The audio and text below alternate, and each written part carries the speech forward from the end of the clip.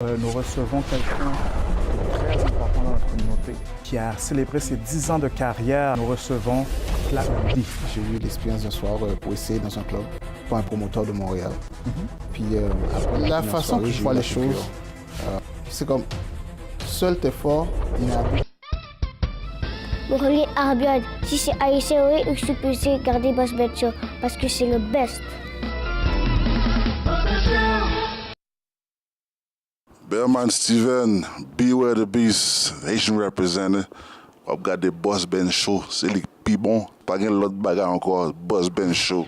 That's what it is, baby. Bienvenue dans la section des affaires commanditée par BAO. Aujourd'hui, nous recevons quelqu'un de très important dans notre communauté qui a célébré ses 10 ans de carrière il y a quelques temps devant 1500 personnes. Donc, nous recevons Platinum D. Platinum, ça va? Très bien, et toi? Ça va, ça va. Platinum, tu viens de célébrer tes 10 ans de carrière. C'est beaucoup. Comment tu as commencé? Comment tu as débuté? Écoute, de mon côté, ça a débuté il y a 10 ans, comme tu viens de le dire. C'était une expérience d'un soir. J'ai eu l'expérience d'un soir pour essayer dans un club pour un promoteur de Montréal. Puis après la première soirée, j'ai eu la piqûre pour la foule. J'ai eu la piqûre du nightlife. Puis à partir de là, je me suis lancé. Puis écoute, 10 ans plus tard, me voici ici. OK. 1500 personnes sont venues célébrer ces 10 ans de carrière-là. Donc, tu as affecté beaucoup de personnes.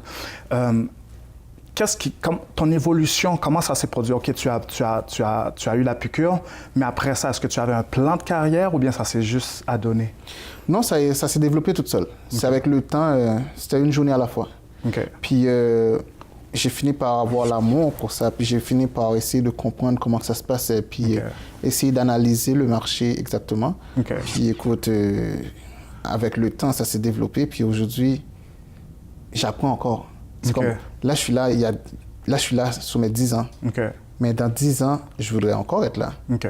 Puis je dois regarder le marché, puis je dois évoluer avec le marché, puis pour pouvoir être présent dans 10 ans encore. OK. Si on regarde les DJ, les Silk ou les Ace qui te précédaient, ils n'ont pas fait exactement les mêmes choses que tu as développées. Tu voyages beaucoup. Tu as voyagé aux États-Unis. Quels sont les autres endroits que tu as été? Aux États-Unis, beaucoup de places aux États-Unis, à Paris, Guadeloupe, Martinique, Saint-Martin, Australie.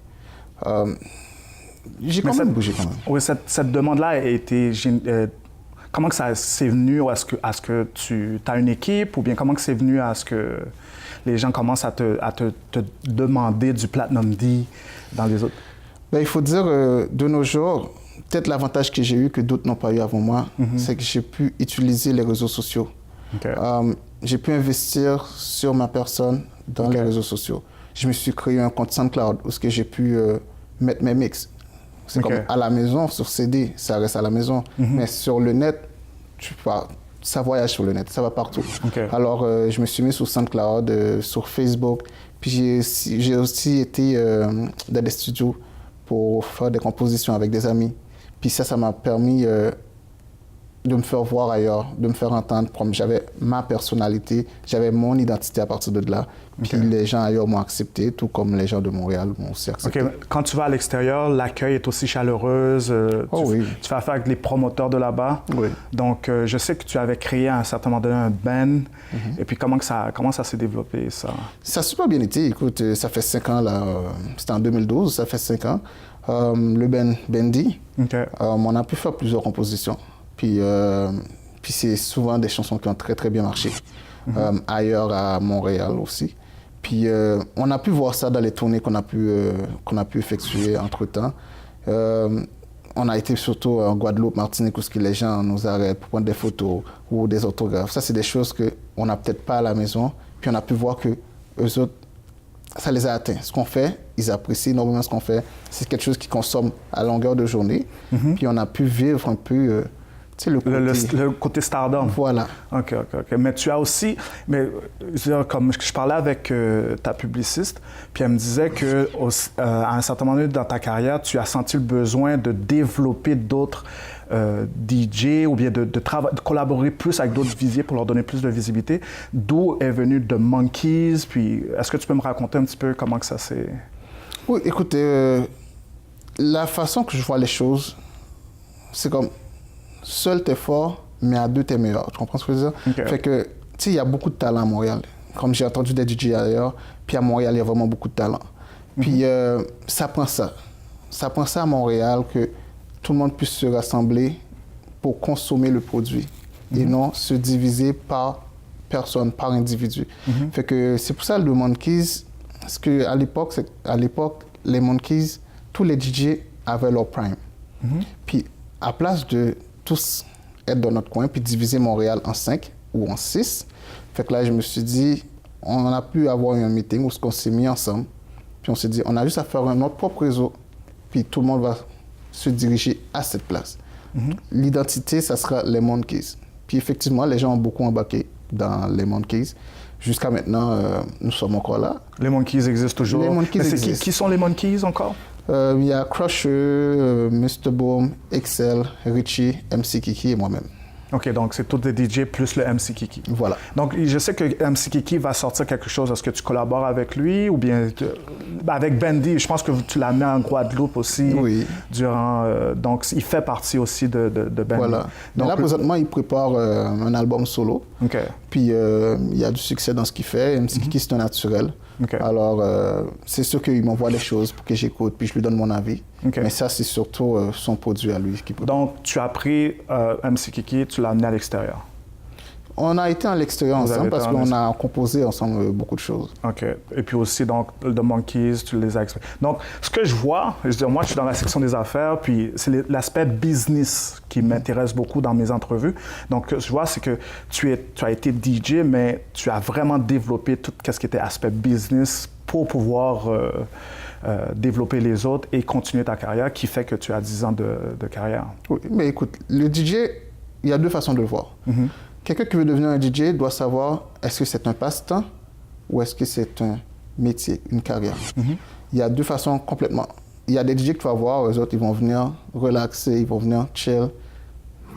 Ça ne leur intéresse pas plus que ça. Ou ils se contentent de ça. Tandis qu'il y en a d'autres qui vont se dire c'est comme un 9 à 5. C'est comme je sais où ce que je commence, puis je sais où ce que je veux me rendre. Puis c'est à partir de là, moi, dans mes débuts, je me suis dit voici ce qui est présentement, puis voici ce que j'aimerais. Alors, j'ai développé jusqu'à ce que je puisse arriver le plus proche de mon but aujourd'hui. Mais qu'est-ce qui est difficile dans ce... Le nightlife, si tu es du genre à dormir à 22h, c'est pas pour toi. Oui, c'est vraiment pas pour toi. Ce qui est difficile aussi, c'est fréquenter une personne. OK, quand on fréquente une personne, ça peut être excitant. La personne trouve ça très nice. Le fait de sortir de temps en temps, clubber le week-end. Mais sur une longue période, c'est pas évident. En fait, quand tu commences à penser famille, relation, ça peut être un peu difficile si l'autre personne ne comprend pas exactement ce que tu vis. Parce que c'est pas donné à tout le monde. Tu vois? Donc, tu as beaucoup de support de ton... Oui, ça prend beaucoup de support. Beaucoup de support, ça en prend beaucoup de support familial. Voilà. Non, il faut, pour pouvoir être un DJ qui a du succès, donc il faut avoir le support de sa famille, il faut savoir où est-ce qu'on s'en va. Est-ce que tu aimes toujours ça? Oui, j'aime toujours ça. OK. J'aime toujours ça, ça fait 10 ans. Écoute, c'est sûr, il y a des choses que j'aime plus que d'autres.